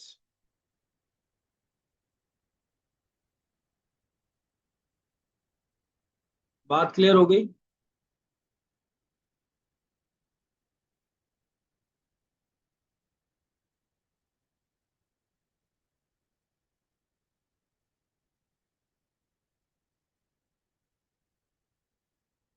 बेटा वो एग्जामिनर है ना, एग्जामिनर है। और देखो कंपनी के अंदर ना, अब मेरी बात सुनिए, आफ्टर टैक्स और बिफोर टैक्स में अगर किसी सेठिया कंपनी में तुमने कभी काम किया हो, मल्टी नेशनल की बात नहीं कर रहा, किसी सेठिया कंपनी में तुमने काम किया, सेठ क्या कहता है, भाई मुझे ये बताओ मेरी जेब में कितना आएगा, मुझे ये बताओ मेरी जेब में कितना आएगा, अकाउंटेंट से वो ये पूछता है मेरी जेब में कितना आएगा। या वो सेठ ये कहता है कि भाई मुझे अगले साल ना 100 मिलियन का प्रॉफिट मेरे अकाउंट में चाहिए। तो वो जो जेब में आने वाला प्रॉफिट होता है ना, वो आफ्टर टैक्स होता है, बिफोर टैक्स नहीं होता। अब आप सेठ को ये थोड़ी बोलोगे सर मुझे जो कैलकुलेशन आती है ना सर वो बिफोर टैक्स वाली आती है, क्योंकि फिक्स कॉस्ट में जो ऐड होता है वो बिफोर टैक्स होता है, नहीं बोल ही नहीं सकते। सेठ क्या बोलेगा, बेटा ये लो, चलो शाबाश, वो जो गाड़ी तुम्हें मैंने दे रखी है उसकी चाबी मुझे दो, वापस हो घर जाओ। ठीक है, तो सेठ को कुछ नहीं पता होता, सेठ को आपने बताना होता है। वो जैसे बोलेगा आप अपने माइंड में कैलकुलेशन करोगे, नहीं भाई अब इसको हमने बिफोर टैक्स में शिफ्ट करना है, हाँ फिर फिक्स कॉस्ट में ऐड करना है, फिर हम सेठ को बताएंगे कि सेठ हमें 40,000 यूनिट्स बेचने पड़ेंगे, तब जाकर आपकी जेब में जो है वो इतना आएगा।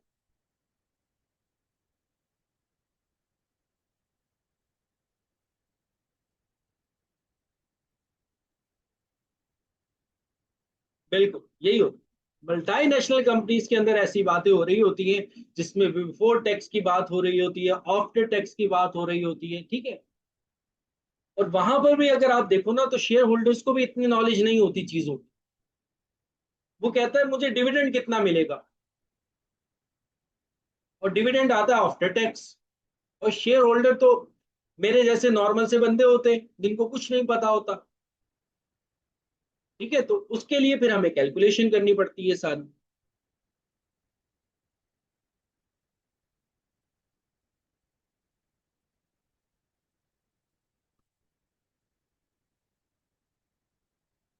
ठीक है, ठीक है।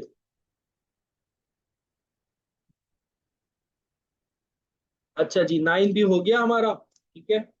अब आ जाओ सर, हमने पर यूनिट में भी खेल लिया, हमने एब्सोल्यूट अमाउंट में भी खेल लिया।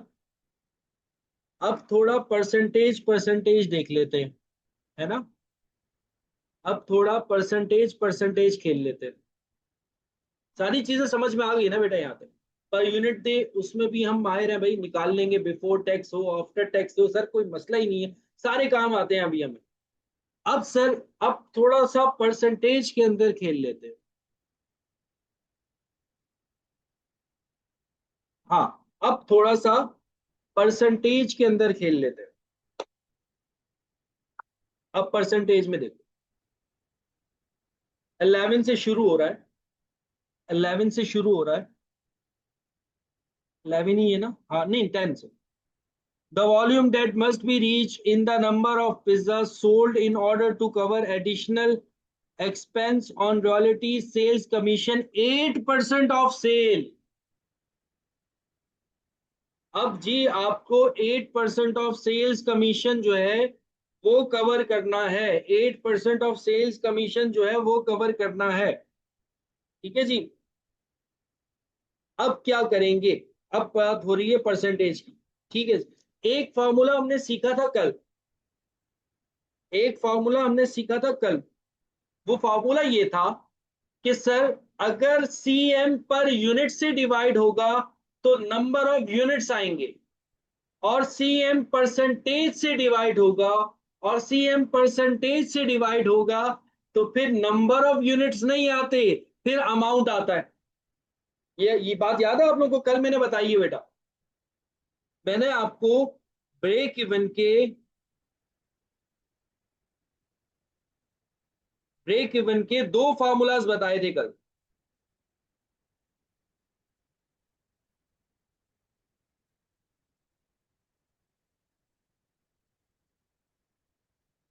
एक मैंने आपको बताया था सीएम पर यूनिट से तो नंबर ऑफ यूनिट्स आ रहे थे, ये फार्मूला था, सबसे पहला फार्मूला लिखवाया ये था। और ब्रेक इवन सेल निकालने का फार्मूला बताया था कि भाई सीएम रेशो से डिवाइड कर दो, सीएम रेशो से डिवाइड कर दो तो फिर ब्रेक इवन सेल आ जाती है। याद है सबको।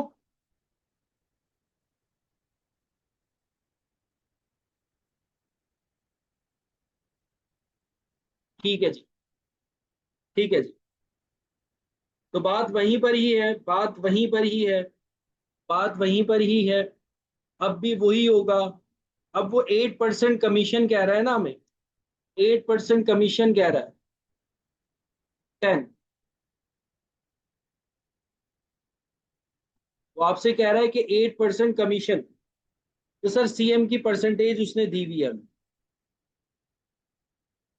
नहीं भी देता तो हम निकाल सकते थे, इजीली निकाल सकते थे। सीएम की परसेंटेज दी हुई है 40%।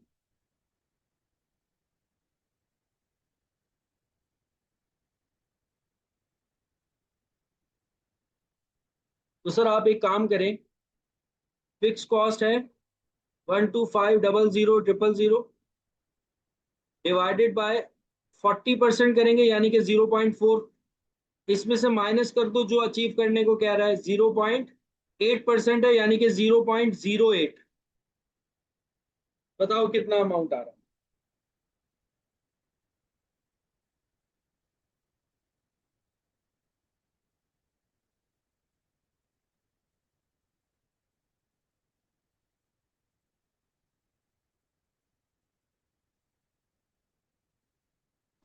40% था ना, 40% था।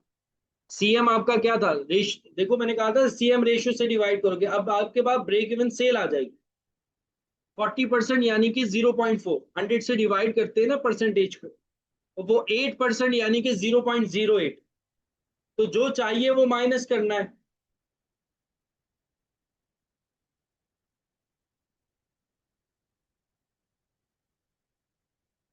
39062500।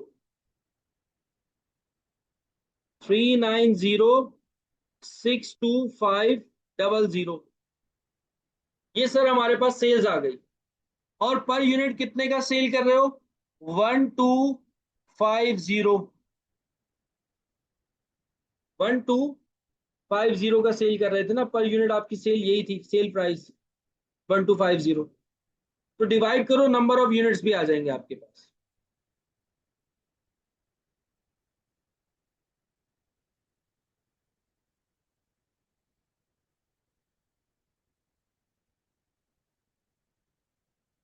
31,250।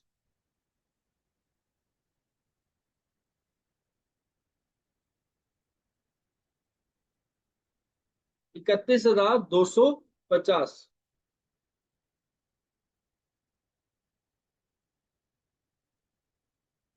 ये बात क्लियर हुई आपको?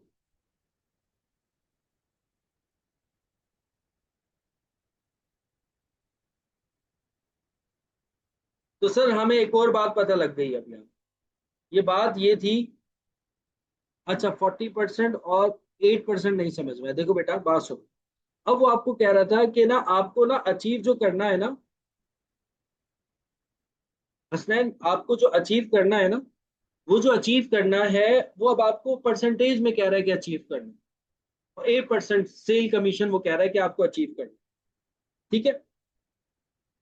अब जब वो परसेंटेज में बात कर रहा है तो हम भी अपनी सीएम को परसेंटेज में ले आएंगे। सीएम परसेंटेज थी हमारी 40%। सीएम परसेंटेज थी हमारी 40%। 40% बोले तो 0.4 होता है, डिवाइडेड बाय 100 करोगे तो 0.4 होगा। ठीक है। और कमीशन वो आपको कह रहा है कि 8% आपको अचीव करना है, इसको भी डिवाइड करोगे तो 0.08 आ जाएगा।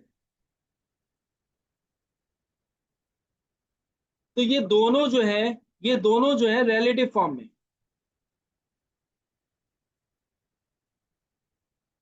एब्सोल्यूट अमाउंट में तो नहीं अचीव करने को कह रहा, रिलेटिव फॉर्म में कह रहा है। तो रिलेटिव फॉर्म में हो तो माइनस करते हैं, पर यूनिट में हो तो पर यूनिट सीएम से माइनस होता है। लेकिन अब परसेंटेज में है।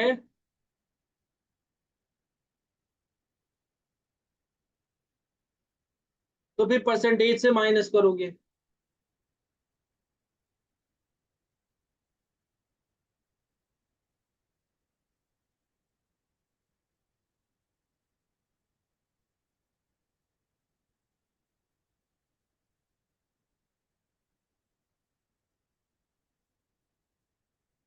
क्लियर है?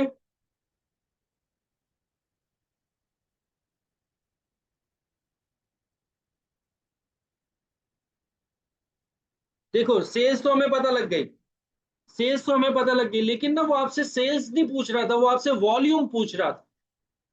वो आपसे वॉल्यूम पूछ रहा था। अब जब वो आपसे वॉल्यूम पूछ रहा है यानी कि यूनिट्स पूछ रहा है बेटा वो आपसे, तो फिर उसको आंसर भी आपको वॉल्यूम में ही देना है, जैसे अब तक शुरू से अब तक वॉल्यूम में देते आए हैं, इसलिए पर यूनिट से मैंने डिवाइड किया 1250 से। तो मुझे वॉल्यूम पता लग गया। टोटल सेल पहले पता कर ली, तो उसको 1250 पर यूनिट सेल प्राइस से डिवाइड किया, तो नंबर ऑफ यूनिट्स भी मेरे पास आ गए। तो एग्जामिनर अगर वो आपसे सेल्स का अमाउंट पूछ रहा है, तो फिर तो 1250 से डिवाइड करवाने की जरूरत नहीं है। लेकिन अगर एग्जामिनर आपसे वॉल्यूम पूछ रहा है, तो फिर आप 1250 से डिवाइड करके वॉल्यूम निकालो।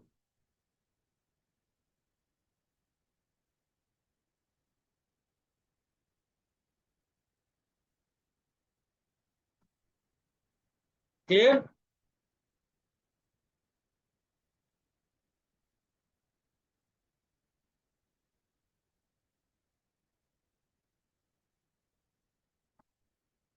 अच्छा जी, फिर उसके बाद नेक्स्ट क्या है? नेक्स्ट क्या है?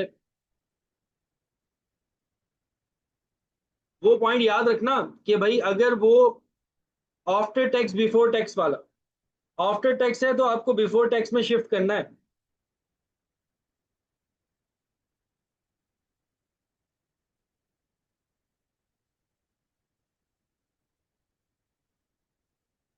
अब वो कह रहा है कि आपको 15% टैक्स, वो 15% आपको आफ्टर टैक्स प्रॉफिट चाहिए ऑफ सेल। ठीक है जी। आफ्टर टैक्स नहीं, सॉरी, बिफोर टैक्स कह रहा है। बिफोर टैक्स कह रहा है तो टेंशन लेने वाली बात ही नहीं है। बिफोर टैक्स कह रहा है तो टेंशन लेने वाली बात नहीं है।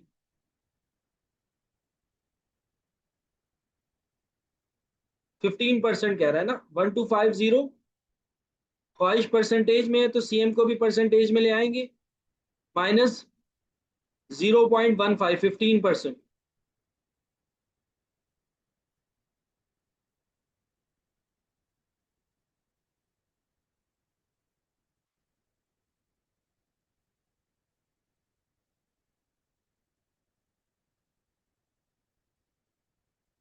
बताइए कितना आ रहा है?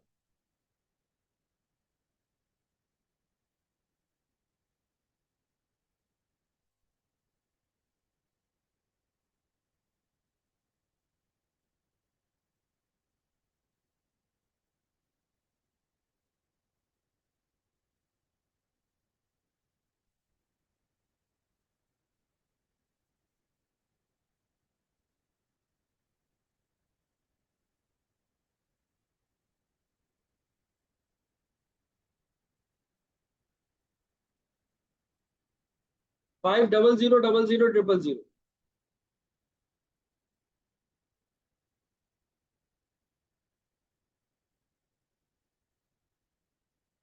डिवाइडेड बाय इसको भी 1250 कर देंगे।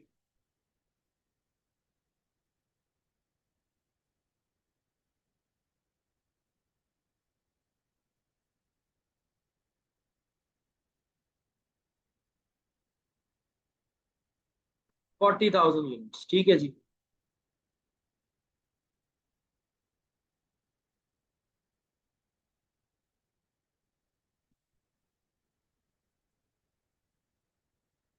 अब 11 के बाद वो 12 में आपको कह रहा है कि आफ्टर टैक्स 12% चाहिए प्रॉफिट।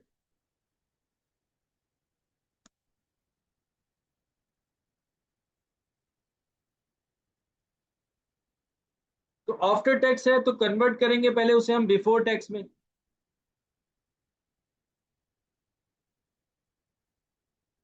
बिफोर टैक्स में क्या होता है, एक ही इंजेक्शन होता है, आप डिवाइड करवाते हो, है ना, सबको पता है। तो 12% आपको चाहिए।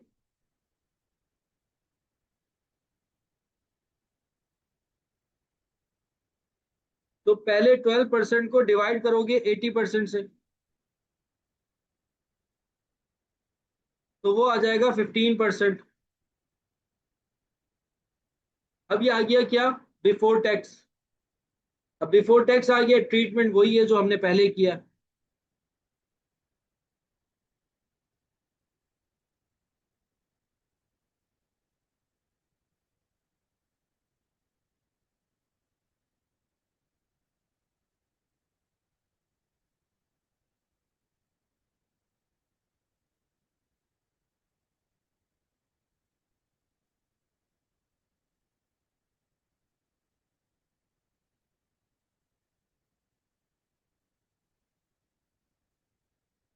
क्लियर है?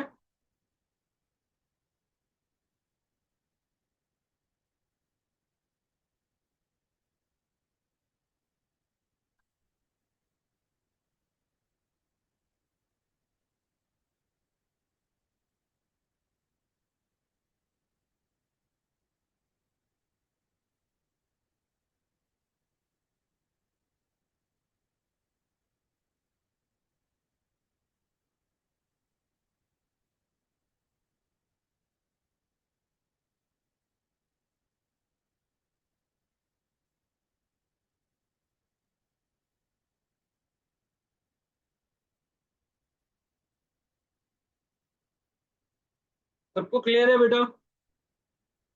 किसी का कोई सवाल?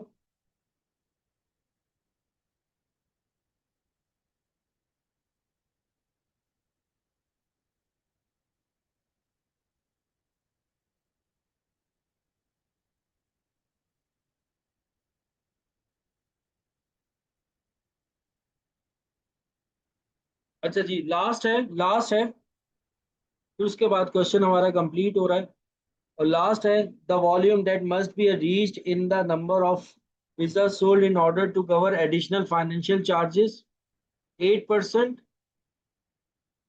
एडिशनल लोन आपको दे रहे हैं 3 मिलियन का। 3 मिलियन का लोन है, और उस पर आपको 8% चार्जेस देने हैं। तो ये बहुत ही आसान है बेटा। इसमें आप क्या करोगे, जो लोन है आपका 3 मिलियन का, इस पे आपको 8% देना है ना, तो फाइनेंशियल चार्जेस निकाल लें कितना बन रहा है। कितना बन रहा है?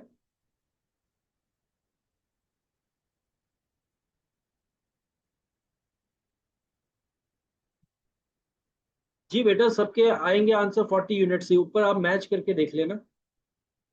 ऊपर की जो फाइनेंशियल स्टेटमेंट बनाई है वो मैंने इसीलिए बनाई थी।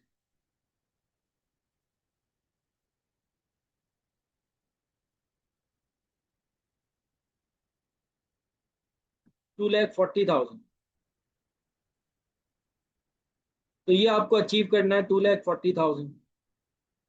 तो इसको आप फिक्स कॉस्ट में ऐड करोगे, और सीएम पर यूनिट 500 से डिवाइड कर दोगे।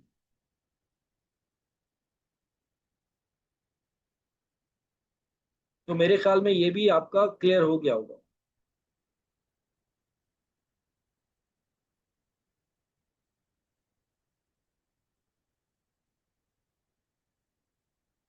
तो ये बेटा आज का क्वेश्चन था, जिसमें हमने हर बात सीखी कि अगर वो एब्सोल्यूट अमाउंट, अब दोबारा से एक दफा ना। अच्छा, मैं लिख देता हूँ, स्क्रीन में लिख देता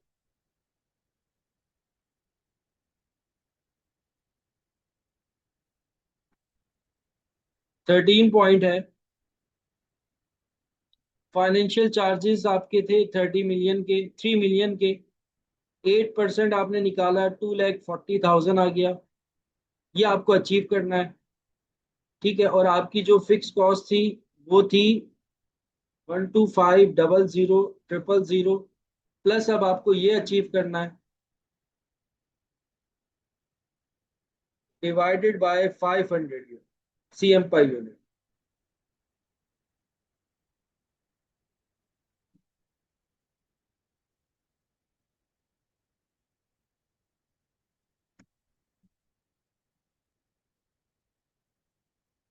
25480।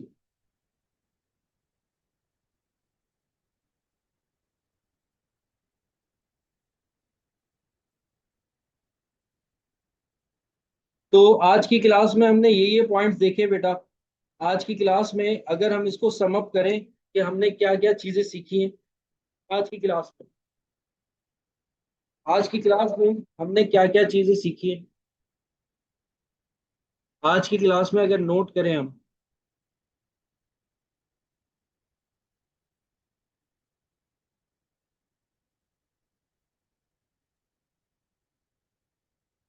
एब्सोल्यूट अमाउंट हो, एब्सोल्यूट प्रॉफिट या absolute amount to achieve,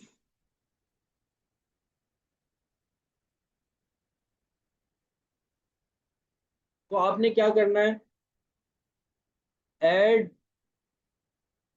to fix cost and divided by CM per unit, and divided by CM per unit. एक तो बुलेट पॉइंट ये था।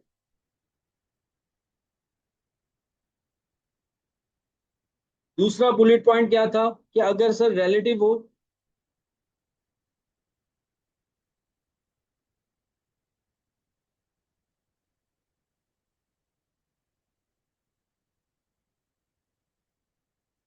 तो सर हमें क्या करना है, less from CM per unit. ठीक है। अच्छा, फिर उसके बाद एक और पॉइंट क्या था, अच्छा अब रिलेटिव फॉर्म में आपकी परसेंटेज इंक्लूड है, परसेंटेज आपकी क्या है, इंक्लूड है।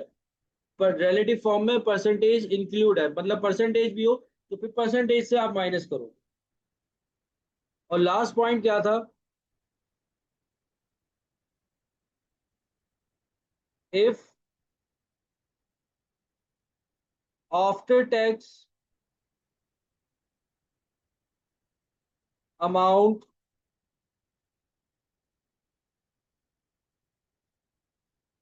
To achieve, then first we have to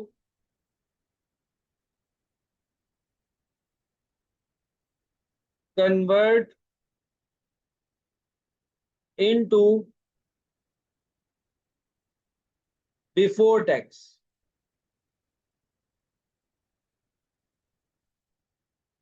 ठीक है। अब आगे का वही है कि अगर तो वो रिलेटिव फॉर्म में है तो सीएम से माइनस हो जाएगा, और अगर एब्सोल्यूट फॉर्म में है तो फिक्स कॉस्ट में ऐड हो जाएगा। ये तीन बेसिक बातें थी इस पूरे पॉइंट में।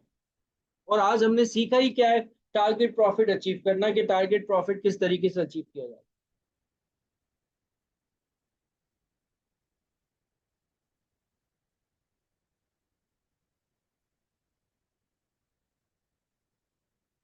किसी का कोई सवाल?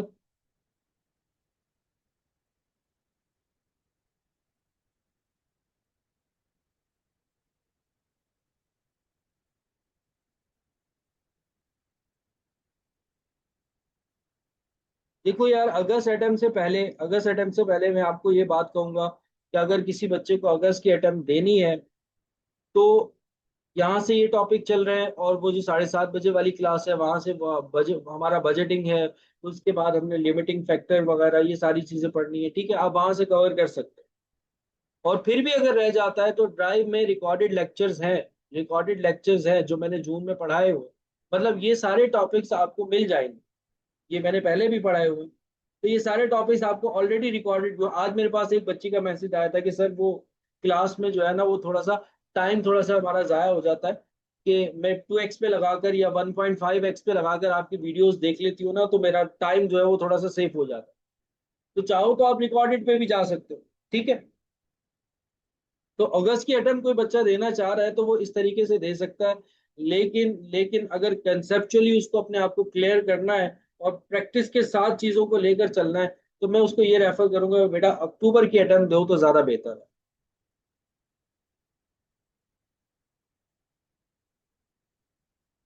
ठीक है, क्योंकि पैसे आप लोगों के बेटा मुश्किल से कमाते होगे यार, जॉब वॉब करते होगे। ठीक है, कुछ लोग शादीशुदा भी होंगे यहाँ पर, मुझे पता है कि पैसे आसानी से नहीं कमाए जाते, मुश्किल से कमाए जाते हैं आजकल के दौर में। तो जाया ना हो जाए। और लेट सपोज आपका पेपर क्लियर भी हो जाता है, लेट सपोज पेपर क्लियर भी हो जाता है एएमए का, लेकिन वो कंसेप्ट आप लोग अचीव नहीं कर सकोगे जो आप लोग थोड़ा डिटेल में जाकर आहिस्ता आहिस्ता कवर करो।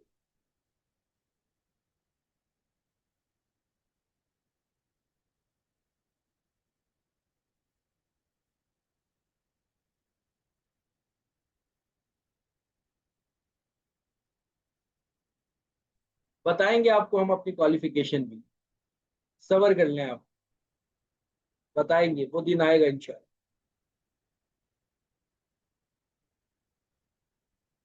हाँ बस ये है कि आईसीएमए को थोड़ा सा ये देखना चाहिए कि डीएलपी स्टूडेंट्स के लिए ना लाइव क्लासेस अरेंज करनी चाहिए। नहीं एसीएमए नहीं हूँ भाई, एसीएमए नहीं।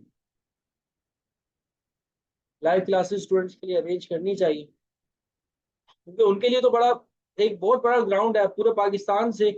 पूरे पाकिस्तान से, पूरे पाकिस्तान से आप लोग पढ़ने के लिए आए, तो यहाँ पे भी आप पूरे पाकिस्तान से ही पढ़ रहे हो ना।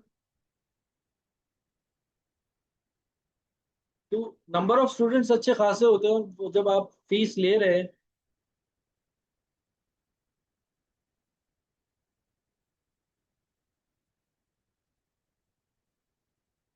तो फीस तो ले रहे हैं ना, वो कोचिंग फीस तो ले रहे हैं। हाँ संडे को लाइब्रेरी भी ओपन नहीं होती, संडे को क्लोज होता है। प्रोफेशनल स्टूडेंट्स के लिए जो कि बिल्कुल जॉब कर रहे हैं, उनके लिए लाइब्रेरी जो है वो ओपन होनी चाहिए। वीक में 7 डेज ओपन होनी चाहिए। बस बहरहाल बेटा, अब तो मैं ये कहता हूँ कि अब वो पहले की बातें हुआ करती थी जब हमारे पास इतने रिसोर्सेज नहीं थे। ठीक है। लेकिन अब तो अल्हम्दुलिल्लाह, अल्लाह का शुक्र है कि जब जब से इंटरनेट आया है, जब से इंटरनेट आया है तो आपके पास बहुत सारे रिसोर्सेज हैं। तो आप कहीं से भी घर में बैठ के आराम से कवर कर सकते हो।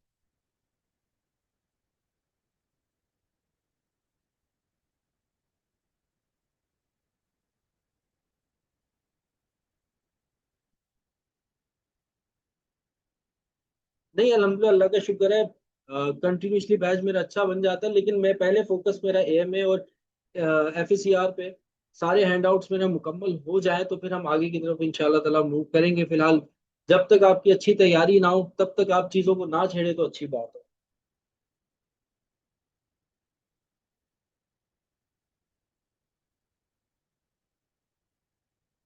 हाँ, एटलीस्ट एचडी में लेक्चर्स होने चाहिए, बिल्कुल बिल्कुल। ये पीडीएफ मैं आपको शेयर कर दूंगा, रात तक पीडीएफ भी मिल जाएगा, लेक्चर जो है सुबह तक इंशाल्लाह ताला अपलोड हो जाएगा। जी बिल्कुल। ठीक है बेटा, तो इंशाल्लाह ताला अब आप लोगों से कल मुलाकात होगी। तब तक के लिए अपना ख्याल रखना, मुझे दुआ में याद रखना। अल्लाह हाफिज।